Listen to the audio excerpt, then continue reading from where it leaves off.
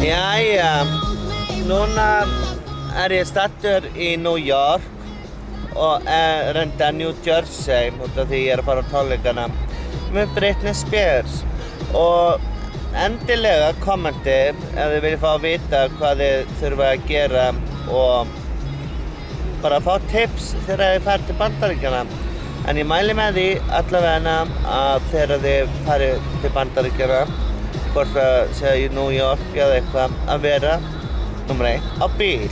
Út af því að það ömurlegt að labba allar þessar götur. Út af því að þetta ekki Ísland. Þetta Bandaríkin, fattari. Þú veist, fucking hafið það. Ok? Svo náttúrulega plus að vera búinn að panta sér reykherbyggi.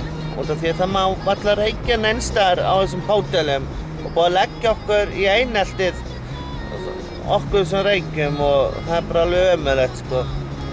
En svo náttúrulega margar aðrar spurningar en það sem mér dettur í hug að það náttúrulega líka gaman að vera bara vera í New York fyrir þá sem ætla að vera bara þar en þá tekur maður taxan.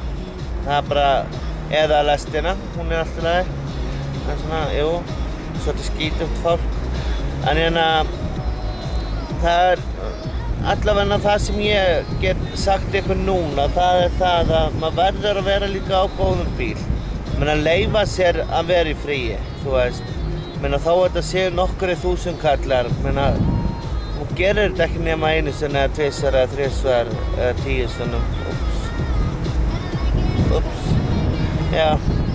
Kommenti bara fyrir neðan og bara endilega ask me. Bye bye.